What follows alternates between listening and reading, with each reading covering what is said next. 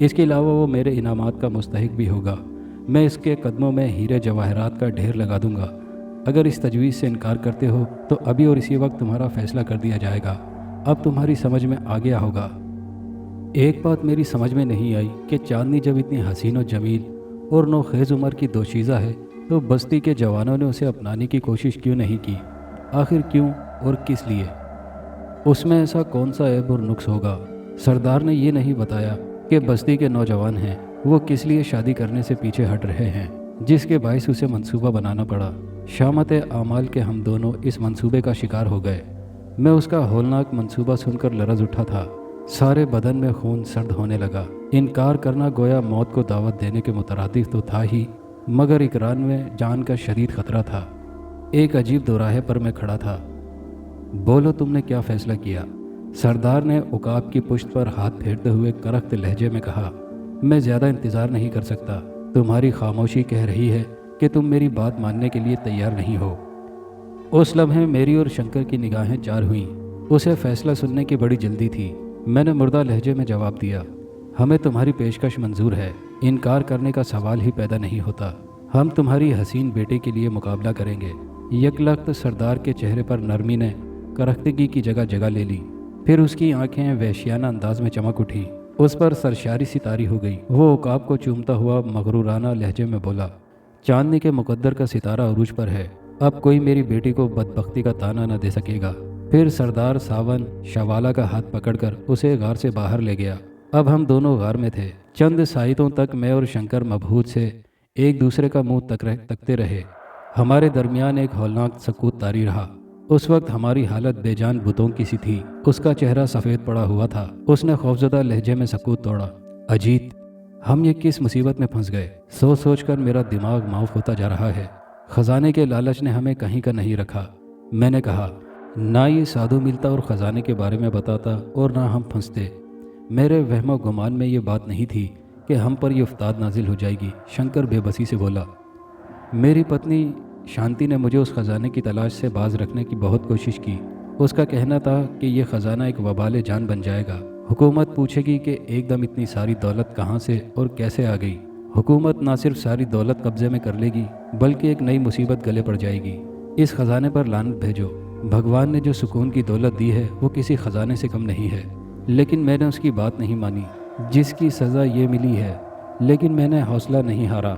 ہم یہاں سے فرار ہو جائیں گے اور پھر خزانہ حاصل کر لیں گے۔ گویا خزانے کا بھوت ابھی بھی نہیں اترا ہے۔ میں نے کہا، خزانے کا خیال دل سے نکال دو، اب سوچو کیا کرنا ہے۔ کیا تمہارے خیال میں سردار کی بیٹی چاندنی واقعی حسین ہوگی جتنی اس کا باپ بتا رہا ہے؟ شنکر نے سوال کیا۔ میرے خیال میں نہایت بدصورت ہوگی اور کسی چڑیل سے کم نہ ہوگی۔ میں نے منہ بنایا۔ یہ بات تم کس بنا پر کہہ رہے ہو؟ شنکر نے کہا، سردار اس قدر غلط بیانی نہیں کر سکتا۔ شاید وہ سچ کہہ رہا ہے، اس بنا پر کہ اس بستی کا کوئی نوجوان اسے اپنانے کے لیے تیار نہیں ہے۔ میں نے کہا، وہ کہہ نہیں رہا تھا کہ اس کی بیٹی 2 برس سے جیون ساتھی کا انتظار کر رہی ہے؟ اس کا کوئی دعوے دار نہیں آ رہا ہے۔ میں بھی یہی بات سوچ رہا ہوں، شنکر نے کہا، اور اس چڑیل کے لیے ہم دونوں ایک دوسرے پر ہتھیار اٹھانے ہوں گے۔ اگر واقعی کوئی حسین اور نوجوان لڑکی ہوتی تو پھر سوچا جاتا۔ اس خون خرابے کے تصور سے ہی ہول آ رہا ہے۔ ہم دونوں بچپن کے دوست ہیں اور ایک دوسرے پر ہتھیار اٹھانے کا سوچ بھی تو نہیں سکتے۔ میں نے کہا، تم کسی بات کی چنتا نہ کرو۔ شنکر کا لہجہ خوشی سے بھر گیا۔ اس نے مجھے جیسے دلاسا دیا۔ چنتا کیوں نہ کروں؟ میں نے بجھے ہوئے لہجے میں کہا، ہم دونوں کو ایک دوسرے کی جان کا دشمن جو بننا ہوگا۔ میرے ذہن میں ایک بڑی نادر تدبیر آئی ہے، شنکر نے رازدارانہ لہجے میں کہا۔ سانپ بھی مر جائے گا، لاٹھی بھی نہیں ٹوٹے گی۔ وہ کیسے؟ میں نے حیرت اور تجسس سے سوال کیا۔ وہ ایسے کہ ہم اس طرح آپس میں لڑ پڑیں گے کہ اس مقابلے کا فیصلہ کبھی بھی نہ ہو سکے گا۔ بس ہم اس طرح ایک دوسرے کو بچانے کا موقع نکال سکتے ہیں۔ پھر یہ مقابلہ 2-3 مرتبہ ہوگا۔ کوئی فیصلہ نہ ہونے کی صورت میں اس دوران ہم یہاں سے فرار کا منصوبہ بنا لیں گے۔ ہم کو سوچنے کی مہلت بھی مل جائے گی۔ اس کی تجویز سن کر میرا دل تیزی سے دھڑک اٹھا، کیونکہ اس کی تجویز بہت بے ضرر اور قابل عمل بھی تھی۔ فرار؟ میں نے پھیکی سی ہنسی اور کہا، دوست اب تو خواب میں بھی فرار ناممکن سا دکھائی دیتا ہے۔ کیوں تم ایک ایسی بات سوچ رہے ہو جو ناممکن ہے؟ سوچ کر دماغ خراب کرنا ہے؟ کیا دنیا میں کوئی بات ناممکن رہی ہے؟ اس نے کہا، فرار کی کوشش کر کے دیکھنے میں کیا حرج ہے؟ اچھا مجھے بھی سوچنے دو، میں نے کہا۔ شاید فرار کی کوئی تدبیر میرے ذہن میں بھی آ جائے۔ شنکر، میرے ذہن میں ایک تدبیر آئی تو میں نے سرگوشی کی۔ سردار کے جانے کے بعد شوالہ یہاں اکیلا رہ جائے گا۔ اگر ہمارے پتھر کھل گئے تو ہم شوالہ کو ٹھکانے لگا کر بآسانی فرار ہو سکتے ہیں۔ میں نے اس لمحے خچر کے سموں کی آواز سنی۔ سردار ساون واپس جا رہا تھا، یہ خوشی کی بات تھی۔ شنکر نے کہا، سردار جا رہا ہے، اب صرف شوالہ رہ جائے گا، ہمیں بہت محتاط رہنا ہوگا۔ لیکن دوست، شنکر نے سانس لینے کے بعد توقف کیا۔ اس کے لہجے سے مایوسی ٹپک رہی تھی۔ پتھر کا کھلنا اتنا آسان نہیں ہے، اسے کھولنے کی صورت بھی نظر نہیں آتی ہے۔ کوشش کر کے دیکھنے میں کیا حرج ہے؟ میں نے کہا، میں یہ چاہتا ہوں کہ سردار کی بستی میں پہنچنے سے پہلے ہی ہم فرار ہو جائیں، وہاں جانے کی نوبت نہ آئے۔ اس کے لیے وہاں پہنچنے کے بعد پھر فرار ناممکن ہو جائے گا، جبکہ ہم یہاں سے آسانی سے فرار ہو سکتے ہیں۔ خاموش ہو جاؤ، شنکر نے سرگوشی میں آہستگی سے کہا۔ شوالہ شاید غار میں آ رہا ہے، اس کی موجودگی میں بات نہ کرنا۔ چند ثانیوں کے بعد شوالہ غار کے اندر داخل ہوا۔ ہم دونوں خاموش ہو گئے۔ اس نے ہمارے سامنے کھڑے ہو کر تیز لہجے میں کہا، صبح ہوتے ہی تم میں سے ایک کو بستی کی طرف روانہ ہونا ہے۔ تم دونوں آپس میں فیصلہ کر لو کہ پہلے کون جائے گا۔ تم جسے چاہو پہلے بھیج دو، شنکر نے کہا۔ بات تو ایک ہی ہے، پہلے کوئی بھی جائے، اس سے کیا فرق پڑتا ہے؟ اچھی بات ہے۔ شوالہ نے باری باری ہمارے چہرے دیکھے اور بولا، اب تم دونوں آرام کر لو تاکہ صبح تازہ دم ہو جاؤ، لیکن یہ نہ سمجھنا کہ میں بستی جا رہا ہوں۔ میں تمہیں لینے صبح آؤں گا۔ میں کہیں نہیں جا رہا، غار کے باہر پہرا دے رہا ہوں۔ ہم نے اس کی بات کا کوئی جواب نہیں دیا تو وہ ٹہلتا ہوا غار سے نکل گیا۔ چند لمحوں بعد موم بتی کی روشنی میں ہم دونوں غیر محسوس انداز سے کھسک کر ایک دوسرے کے قریب آ گئے، پھر غار کے دہانے کی نگرانی کرتے ہوئے کسی طرح اپنی پشت سے بندھے ہوئے پتھر کو کھولنے کی کوشش کرنے لگے۔ جنگل کی پرہیبت اور گھپ اندھیری رات دھیمے دھیمے سرکتی رہی، لیکن کافی دیر تک کوشش اور جد و جہد کرنے کے باوجود ہمیں زنجیریں کھولنے میں کامیابی نہ ہو سکی، کیونکہ ہماری پشت پر بندھے ہوئے سرے مکفل تھے، بلکہ پتھروں میں بھی گہرے نشان ڈال کر زنجیریں اس طرح باندھی گئی تھیں کہ ہمارے لیے ان کا کھولنا ممکن نہیں رہا تھا۔ اس دوران شوالہ کوئی 2-3 مرتبہ غار کے اندر آیا تھا، لیکن اسے شبہ نہ ہو سکا تھا، کیونکہ اس کے قدموں کی چاپ سن کر ہم سوتے بن جاتے تھے۔ وہ ہمیں فرش پر سوتا دیکھ کر چلا جاتا تھا۔ ایک مرتبہ اس نے یہ دیکھنے کے لیے آواز دی تھی کہ ہم لوگ جاگ تو نہیں رہے ہیں۔ ہم نے جواب نہیں دیا تو وہ باہر چلا گیا، لیکن ہم نے اپنی آزادی کی جد و جہد جاری رکھی تھی۔ رات کے آخری لمحات میں شنکر کی کوششیں بارآور ثابت ہوئی۔ وہ مجھ سے لپٹ کر فرتے خوشی سے بولا، اجیت یار، مبارک ہو، تمہارا پتھر کھل گیا ہے، اب تم آزاد ہو، تمہیں قید سے نجات مل گئی۔ پھر میں نے دیکھا کہ اب میں واقعی آزاد ہو چکا تھا۔ میری کمر سے لٹکتی ہوئی زنجیر اتنی وزنی نہیں تھی کہ میری نقل و حرکت میں رکاوٹ پیدا کر سکے یا اس میں الجھنے کا خطرہ ہو۔ مجھے یقین نہیں آ رہا تھا کہ مجھے آزادی مل چکی ہے۔ جہاں مجھے ایک طرف اپنی آزادی کی خوشی ہو رہی تھی، دوسری طرف اس بات کا غم تھا کہ شنکر آزادی سے محروم تھا۔ میں نے اس کی زنجیر کھولنے کے لیے بڑے جتن کیے تھے۔ میرا دل اندر سے بجھ گیا تھا، میری خوشی کافور ہو گئی تھی۔ اجیت، کیا بات ہے؟ شنکر نے کہا، تمہیں آزادی ملنے پر خوشی نہیں ہو رہی ہے؟ یہ تم افسردہ کیوں ہو رہے ہو؟ اس لیے کہ تمہیں آزادی دلا نہ سکا؟ میں نے کہا، کتنا اچھا ہوتا اگر تمہیں بھی اس زنجیر سے نجات مل جاتی، ہم دونوں ایک ساتھ فرار ہو جاتے۔ میں نہیں چاہتا کہ تمہیں اکیلا بیچ منجھدار میں چھوڑ جاؤں۔ یہ وقت ان باتوں کے سوچنے کا نہیں ہے، شنکر نے کہا تو اس کا لہجہ بڑا پرجوش تھا، جیسے ہی شوالہ اندر آئے اس پر ٹوٹ پڑنا۔ لیکن اس وقت میرا ذہن کہیں اور پرواز کر رہا تھا۔ شنکر نے مجھے جو مشورہ دیا تھا اس پر عمل کرنا اتنا آسان نہیں تھا جتنا وہ سمجھ رہا تھا۔ شوالہ نہ صرف مجھ سے زیادہ دراز قد تھا، بلکہ جسمانی طور پر مجھ سے بہت زیادہ قوی بھی تھا، اور پھر اس کے پاس ایک لمبا نیزہ بھی تھا، جبکہ میں بالکل ہی نہتھا تھا۔ ایسی صورت میں ایک خونخوار جنگلی قسم کے درندہ صفت انسان سے الجھنا موت کے منہ میں جانے کے مترادف تھا۔ اس کا میرا کیا مقابلہ تھا؟ میں تو اس کا بال تک بیکا نہیں کر سکتا تھا۔ وہ مجھے اس طرح ہٹاتا جس طرح راستے میں پڑے پتھر کو لات مار کر ہٹا دیا جاتا ہے۔ اس لیے بھی مجھے سوچنا پڑ رہا تھا کہ مجھے اپنی زندگی عزیز تھی۔ ان غیر یقینی حالات میں اپنی زندگی اور رہائی کے لیے یہی مناسب سمجھا کہ میں شنکر کی ذات کو بھول جاؤں اور اپنی زندگی کی فکر کروں۔ اگر میں شنکر کو اپنے اس خود غرضانہ ارادے سے آگاہ کرتا تو عین ممکن تھا کہ وہ طیش میں آ جاتا، مجھ سے اس طرح انتقام لیتا کہ وہ شوالہ کو میری جانب سے ہوشیار کر دیتا۔ اس لیے میں نے فوری طور پر کچھ کر گزرنے کا فیصلہ کر لیا۔ میرے ذہن میں ایک تدبیر آئی، میں اس پر عمل کر کے دیکھنا چاہتا تھا۔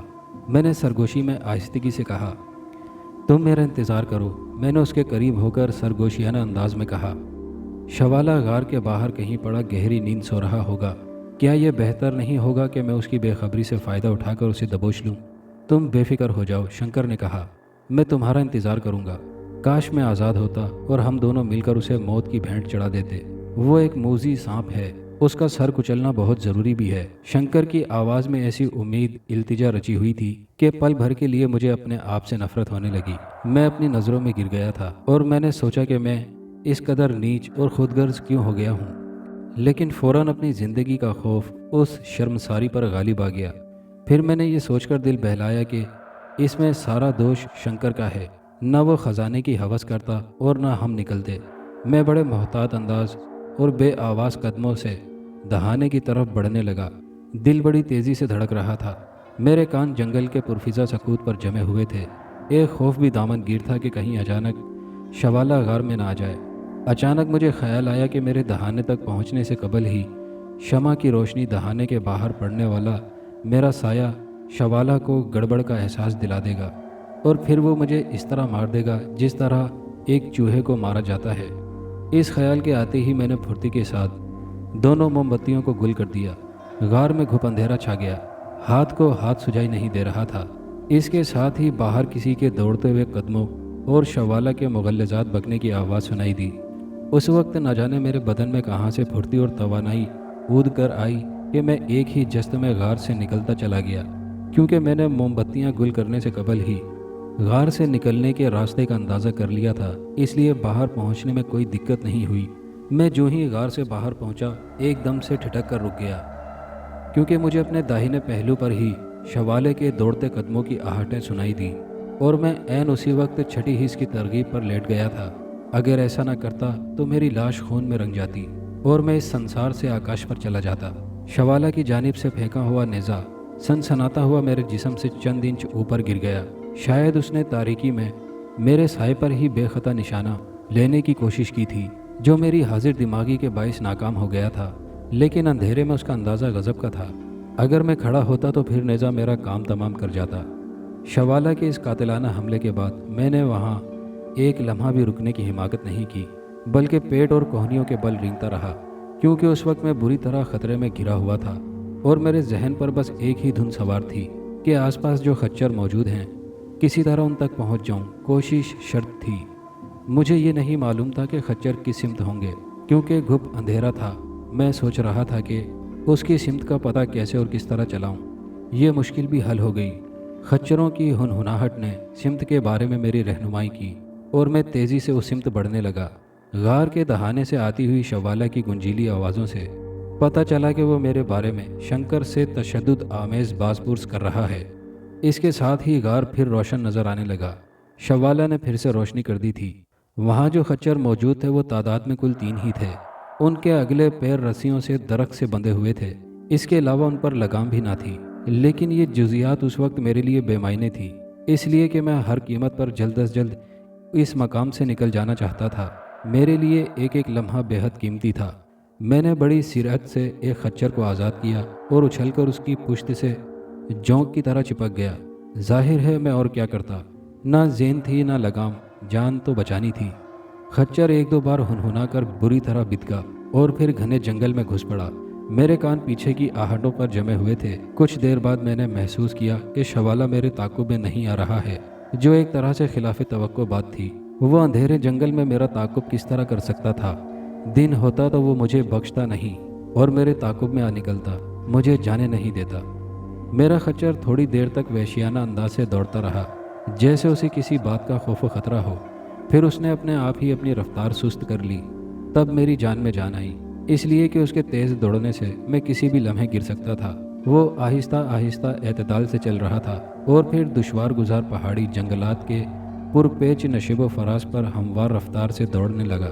راستہ بہت ناہموار اور کٹھن تھا، مگر وہ خچر جس اطمینان سے چلا جا رہا تھا اس نے مجھے تشویش میں مبتلا کر دیا تھا۔ مجھے سردار ساون کے الفاظ یاد آئے کہ خچر سکھائے ہوئے ہیں اور کہیں سے بھی چلیں اس کی بستی میں رکیں گے۔ میں خوف زدگی کی حالت میں کوئی 2-3 مرتبہ اس خچر کا راستہ بدلنا چاہا تھا، لیکن وہ اس بری طرح بتکا کہ میں نے دہشت زدہ ہو کر خود کو اس کے رحم و کرم پر چھوڑ دیا۔ مرتا کیا نہ کرتا، اس کے سوا چارہ بھی تو نہ تھا۔ اس کے دوڑنے سے اڑنے والے پتھروں کا ڈوبتا ہوا گنجیلا شور ظاہر کر رہا تھا کہ میں خوفناک کھائیوں کے درمیان سے گزر رہا ہوں۔ اس حالت میں خچر کو مشتعل کرنے کی حماقت نہیں کی جا سکتی تھی، اور نہ ہی میرے لیے اس دوڑتے ہوئے وحشی خچر کی پشت سے کودنا ممکن تھا، کیونکہ اندھیرے کی وجہ سے میں کود ہی نہیں سکتا تھا کہ جانے کہاں گر کر مر جاؤں گا۔ یہ پراسرار خوفناک اور بے نام سفر جاری رہا۔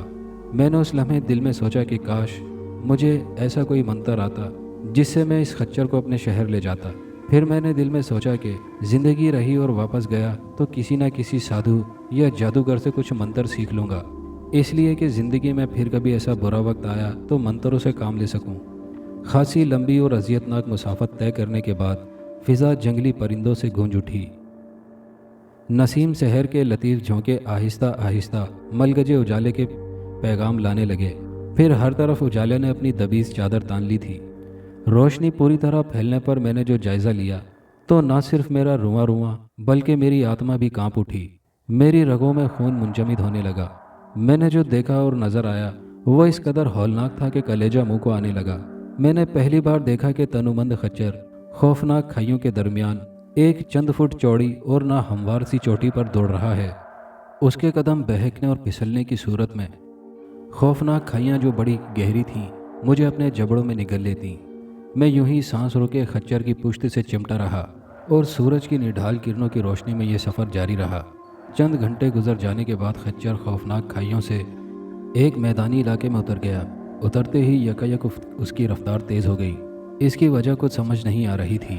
اتنی لمبی مسافت طے کرنے کے بعد وہ تھک سا گیا تھا۔ اچانک اس نے اپنی رفتار کیوں تیز کر لی؟ کیا اس نے کوئی عفریت دیکھ لی ہے؟ لیکن اس کی وجہ سمجھ میں آ گئی جب میں نے سر اٹھا کر سامنے دیکھا تھا۔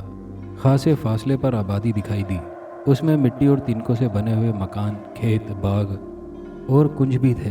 اس کی تیز رفتاری سے لمحہ بہ لمحہ بستی قریب آتی جا رہی تھی، اور میرا دل اندر ہی اندر ڈوبتا جا رہا تھا کہ کہیں یہ سردار ساون کی بستی نہ ہو۔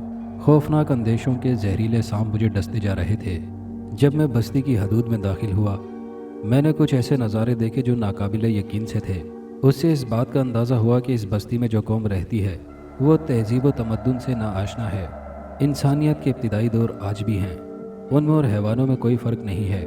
میں نے دو ایک سیاحوں سے سنا تھا جو راستہ بھٹک کر ادھر جا نکلے تھے۔ وہاں ایسی قوم رہتی ہے جو مادر پیدر آزاد ہیں، ہر طرح کی قید سے آزاد ہیں۔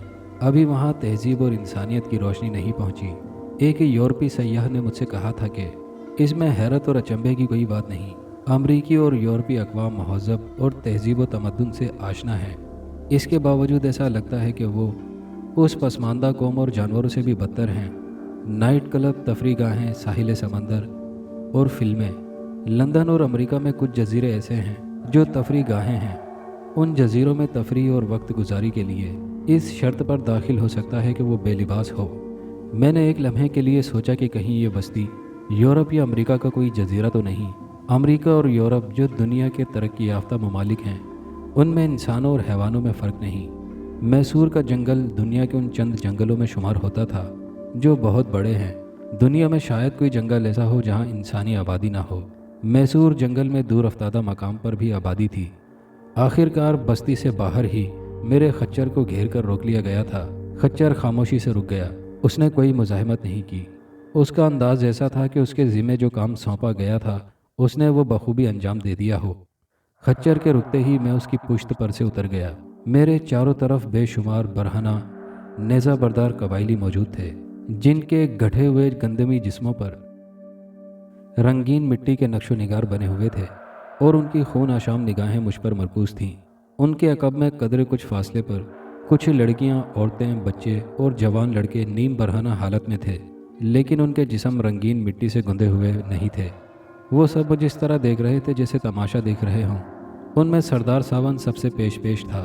میں حیران تھا کہ ان قبائلیوں اور سردار ساون کو میری آمد کی پیشگی خبر کیسے ہو گئی۔ شاید سردار نے مجھے دور سے ہی آتا دیکھ لیا تھا۔ میں چونکہ بستی کے اندر اور باہر جو نظارے دیکھ رہا تھا اس نے دنیا و مافیا سے بے نیاز کر دیا تھا۔ تاہم کوئی اور بات بھی ہو سکتی تھی جس سے میں بے خبر تھا، یا پھر یہ سردار کوئی ایسا منتر جانتا تھا جس کے زیر اثر یہ خچر تھا۔ وہ خونخوار کتے بھی جنگلوں میں جادوگر ہی نہیں، جادوگرنیاں بھی ہوتی ہیں۔ اس وقت سردار ساون بڑا غضبناک ہو رہا تھا۔ اس کی وجہ شاید یہ تھی کہ میں نے فرار ہونے کی کوشش کی تھی، وہ شاید دل میں حیران بھی تھا کہ میں کس طرح سے فرار ہونے میں کامیاب ہو گیا، اور اسے شاید یہ اندیشہ بھی ہوگا کہ کہیں میں نے شوالا کو ختم تو نہیں کر دیا۔ ہاں، اگر شنکر ہوتا تو وہ یہی کہتا کہ ہم دونوں نے مل کر شوالا پر قابو پا کر اسے موت کی نیند سلا دیا، پھر اس صورت میں نیزہ بردار کے تیروں سے ہمارے جسم چھلنی ہو جاتے اور ہم موت کی نیند سو جاتے۔ سردار ساون کی بکھری ہوئی گھنی بھاؤں کے نیچے اس کی سرخ آنکھیں جہنمی انگاروں کی طرح دہک رہی تھی۔ تو ہے کون؟ سردار ساون نے قہر آلود نظروں سے گھورتے ہوئے غضبناک لہجے میں پوچھا۔ تو کیوں پوچھ رہا ہے؟ میرے ذہن میں اچانک ایک منصوبہ آیا تھا، اس لیے میں نے قدر تیز لہجے میں جواب دیا۔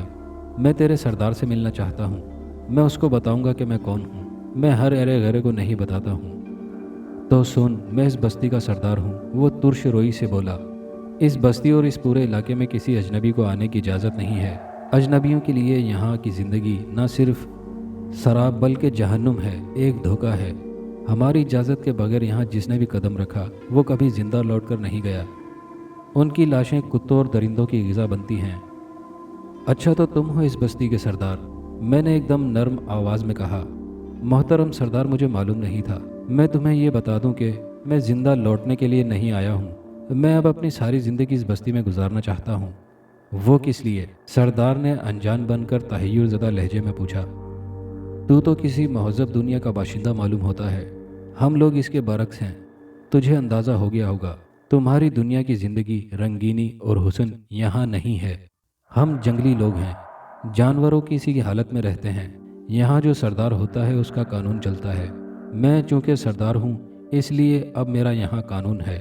تو جلدی سے صاف بتا دے، ورنہ یہ نیزہ بردار تیرا جسم نیزوں سے چھلنی کر دیں گے۔ میں یہاں اپنی زندگی اور جان داؤ پر لگا کر آیا ہوں تاکہ چاندنی کو اپنی زندگی کا ساتھی بناؤں، میں نے جواب دیا۔ چاندنی؟ اس نے سوالیہ نظروں سے دیکھا۔ اس کے بارے میں تجھے کیا پتہ چلا اور کیا بتایا گیا؟ میں اس لڑکی کے تذکرے دوسرے قبائل سے سن کر آیا ہوں، میں نے اس کی آنکھوں میں آنکھیں ڈال کر بڑی بے خوفی سے کہا۔ تو نے کیا سنا؟ سردار ساون نے تیوریاں چڑھا کر کہا۔ دیکھ، جھوٹ بول کر دھوکہ نہ دے ورنہ اچھا نہیں ہوگا۔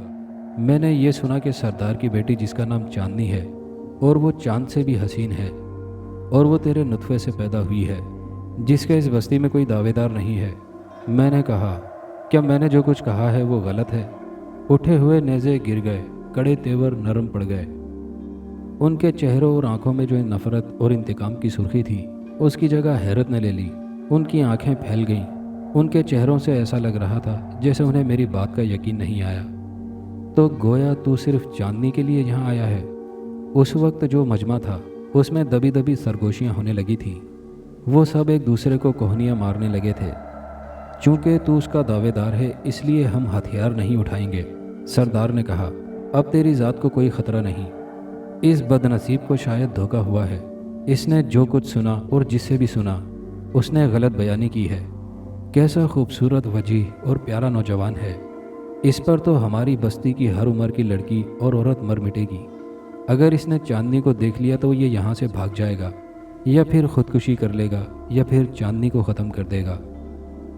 مجھے ایک عورت کی آواز سرگوشی میں سنائی دی جو نیزہ برداروں کے عقب میں کھڑی ہوئی تھی۔ وہ بولی تھی، چاندنی کتنی خوش نصیب ہے اور یہ کتنا بد نصیب۔ ویسے میں کوشش کروں گی اسے کسی دن اپنے گھر پر لے جاؤں۔ یہ فکرے میرے لیے غیر متوقع نہیں تھے۔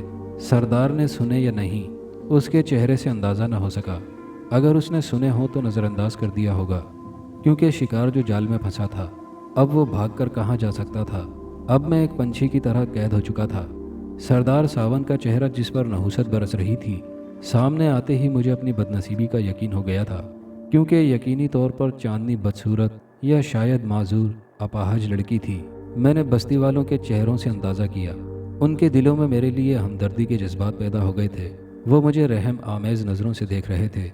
شوالا سے نجات حاصل کرنے کی دھن اور عجلت میں مجھ سے یہ غلطی ہوئی کہ میں نے فرار کے لیے سردار ساون ہی کے سدھائے ہوئے ایک خچر کا انتخاب کیا۔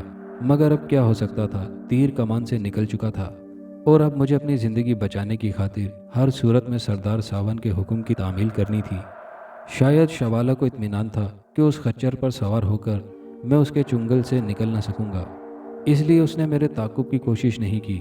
مجھے تھوڑی دیر بعد ہی خیال آ جاتا تو میں پھر خچر سے اتر جاتا پھر شاید کسی جگہ چھپ کر دن ہونے کا انتظار کرتا۔ بہرحال جو کوتاہی ہونی تھی وہ ہو گئی تھی، اب پچھتانے سے کیا حاصل تھا؟ تو گویا چاندنی کا دعوے دار ہے؟ سردار ساون نے مکارانہ لہجے میں پوچھا۔ تو سچ کہہ رہا ہے؟ ہاں، میں نے اس بات میں سر ہلاتے ہوئے کہا۔ تجھے میری بات کا یقین کیوں نہیں آ رہا ہے؟ اگر یہاں کوئی اور سورما بھی چاندنی پر دعویٰ رکھتا ہے تو میں اس بستی کی رسم و رواج کے مطابق اس سے مقابلہ کرنے کے لیے بھی تیار ہوں۔ اس نے ٹھوس لہجے میں اس انداز سے کہا تھا کہ بستی کے لوگوں کو میری بات کا یقین آ جائے۔ بولو، جواب دو، تم میں سے کوئی اور دعوے دار ہے چاندنی کا؟ سردار ساون نے چیخ کر پوچھا۔ وہ سب چور نظروں سے ایک دوسرے کی طرف سوالیہ نظروں سے دیکھتے رہے۔ چند لمحوں تک مجمع پر سکوت طاری رہا، پھر وہ سب سر لٹکائے خاموشی سے بستی کی طرف چل دیے۔ کسی نے دعویٰ نہیں کیا۔ ان سب کے جانے کے بعد میں اور سردار اس جگہ رہ گئے۔ سردار خچر کو ایڑ لگا کر میرے قریب آ گیا۔ اس نے اپنے ہاتھ پر بیٹھا ہوا خونخوار عقاب میرے حوالے کرتے ہوئے اونچی آواز میں کہا، یہ عقاب اب تیرے پاس رہے گا۔ یہ میری بیٹی چاندنی کے دعوے دار کی نشانی ہے۔ تو اس بستی میں آزاد ہے، تجھے ہر بات کی آزادی اور اجازت ہے۔ کوئی عورت یا لڑکی پسند آتی ہے، چاہے وہ کسی کی بیوی، بہن، بیٹی اور ماں کیوں نہ ہو، اور وہ تجھے اپنے ہاں مہمان رکھنا چاہیں تو رکھ سکتی ہیں، لیکن اس بات کی اجازت اور آزادی صرف 3 دن کے لیے ہے۔ تجھے چاندنی کو اپنی ملکیت بنانے کے لیے 3 دن انتظار کرنا ہوگا۔ اگر اس دوران کوئی نیا دعوے دار پیدا نہ ہوا تو تیسری شام چاندنی تیری ہوگی، ورنہ تجھے نئے دعوے دار سے مقابلہ کرنا ہوگا، اور یہ چاندنی پھر تیری نہیں بلکہ فاتح کی ملکیت ہوگی۔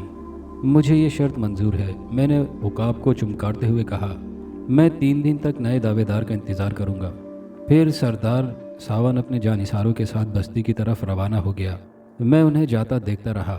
بہرحال اب میں اس بستی میں آ ہی چکا تھا، قیدی بن چکا تھا۔ مجھے ہر حالت میں چاندنی کی خاطر شنکر سے مقابلہ کرنا تھا، جو جلد یا بدیر اس بستی میں پہنچنے والا تھا۔ اس لیے میں نے سوچا کہ سردار ساون نے مجھے جس بات کی اجازت اور آزادی دی ہے، اس سے کیوں نہ فائدہ اٹھاؤں۔ کوئی حسین عورت یا لڑکی مہمان بناتی ہے تو اس کی میزبانی قبول کر لوں۔ اس لیے میں بستی کی طرف بڑھ گیا تاکہ کوئی نوجوان اور حسین میزبان مل جائے۔ میں نے اب تک جو لڑکیاں اور عورتیں دیکھی تھیں، ان سے یہ اندازہ ہوا تھا کہ یہاں بھی حسن و شباب موجود ہے۔ مٹی کے رنگین نقش و نگار میں چھپے ہوئے گندمی جسموں والے قبائلیوں کی یہ بستی بڑی عجیب تھی۔ ہر طرف مردوں اور بچوں کی چہل پہل تھی۔ حیرت کی بات یہ تھی کہ کسی لڑکی کا تو درکنار کسی بھی عمر کی عورت کا سایہ تک نظر نہیں آیا۔ ایسا لگ رہا تھا کہ مجھے دیکھتے ہی مردوں نے اپنی عورتوں کو گھروں میں قید کر دیا، اور جیسے باہر نکلنے کی ممانعت کر دی ہو کہ کہیں وہ مجھے مہمان نہ بنا لیں۔ گول چھت والے کچے مکانوں کی چھت پر جا بجا عقاب بیٹھے ہوئے دکھائی دیے، جو قبائلیوں سے خاص مانوس نظر آتے تھے۔ گلیوں اور میدانوں میں اونچے قد اور پتلی کمر والے خونخوار شکاری کتے آوارہ گردی کرتے پھر رہے تھے، اور ان میں سے ہر کتے کی کمر سے سیروں وزنی پتھر بندھے ہوئے تھے، جنہیں وہ بآسانی زمین پر کھینچتے پھر رہے تھے۔ یہ ایسے شیزور کتوں کو قابو میں رکھنے کے لیے نرالا ہی طریقہ اپنایا ہوا تھا۔ بستی میں داخل ہوتے ہی میں اپنے چہرے، مہرے، لباس اور وضاقتہ کے اعتبار سے بچوں کے لیے توجہ کا مرکز بن گیا تھا۔ انہوں نے مجھے جیسے ایک تماشا بنا لیا تھا۔ انہوں نے شاید کوئی آدمی لباس میں نہیں دیکھا تھا۔ یہاں مرد اور عورتیں بھی لباس سے بے نیاز تھیں۔ ستر پوشی پتوں سے کی جاتی تھی۔ ان بچوں کی ایک ٹولی حیرت و تعجب کے ساتھ شور مچاتی میرے ساتھ گھوم رہی تھی۔ وہ بڑے معصوم تھے۔ انہوں نے میرے ساتھ کوئی بدتمیزی اور شرارت نہیں کی۔ ان کی تعداد میں بتدریج اضافہ ہوتا جا رہا تھا۔ ان میں بہت سارے بچے کسی قریبی بستی کے تھے، جو روزانہ یہاں کسی نہ کسی کام سے آتے رہتے تھے۔ اتفاق سے آج بھی آ گئے تھے۔ وہ سب کے سب ننگ دھڑنگ تھے۔ دوپہر سے ذرا پہلے سارے قبائلی مرد اپنے مکانوں سے نکل آئے تھے، لیکن ایک لڑکی اور عورت باہر نہیں آئی تھی۔ وہ سب کی سب گدھے کے سر کے سینگوں کی طرح غائب تھی۔ یہ حیرت کی بات تھی۔ بچے اور مرد سیٹیاں بجا بجا کر اپنے اپنے مکانوں پر بیٹھے ہوئے عقابوں کو اڑانے لگے۔ ذرا سی دیر میں بے شمار عقابوں کا ایک غول آسمان کی طرف اٹھتا جنگل کی طرف نکل گیا، لیکن سردار ساون کا دیا ہوا بوڑھا عقاب میرے ہاتھ پر ہی بیٹھا رہا۔ مجھے راستے میں ایک 30 برس کی عمر کا مرد اکیلا مل گیا تھا۔ میں نے اسے روک کر پوچھا، کیا اس بستی میں لڑکیاں اور عورتیں نہیں ہیں؟ میں نے صبح بستی سے باہر دو ایک لڑکیاں اور عورتیں دیکھی تھیں، ان میں سے اور ان کے علاوہ کوئی اور نظر نہیں آ رہی ہیں۔ کیوں نہیں ہیں؟ بہت ساری موجود ہیں، بلکہ ان کے مقابلے میں مردوں کی تعداد بہت کم ہے، اس نے جواب دیا۔ ہر گھر میں جہاں 6-7 لڑکیاں اور عورتیں ہیں، وہاں صرف ایک یا دو مرد ہوں گے۔ وہ اس لیے نظر نہیں آ رہی کہ تم جو آ گئے ہو۔ میرے آنے سے کیوں؟ میں نے حیرانی سے پوچھا۔ اس لیے کہ یہاں جو لڑکیاں اور عورتیں ہیں وہ بلا کی حسین ہیں، کہیں تم ان کے اسیر بن جاؤ اور چاندنی کو پسند نہ کرو، وہ بولا۔ سردار ساون نہیں چاہتا کہ وہ لڑکیاں تم پر اپنا جادو چلا دیں، لیکن اس نے تو مجھ سے کہا تھا کہ جب تک تمہیں چاندنی نہیں مل جاتی اس وقت تک تمہیں اس بات کی اجازت ہے اور آزادی ہے کہ جو لڑکی اور عورت پسند آئے اس کے ساتھ رہو۔ میں نے اسے بتایا، اس نے تم سے یہ بات اس لیے کہی ہوگی کہ تمہیں بے وقوف بنا سکے۔ اس نے کہا، وہ جانتا ہے کہ تم اس وقت کسی عورت سے فائدہ اٹھاؤ گے جب وہ گھر سے باہر نکلے گی۔ جب عورت گھر سے باہر ہی نہیں نکلے گی اور نہ تمہیں ملے گی تو تم کس طرح وقت گزار سکو گے؟ جب تک سردار نہیں چاہے گا کوئی عورت یا لڑکی باہر نہیں نکل سکتی۔ کیوں نہیں نکل سکتی؟ میں نے سوال کیا۔ اس لیے کہ سردار ایک ایسا منتر جانتا ہے کہ عورت اپنے گھر میں قید ہو کر رہ جاتی ہے۔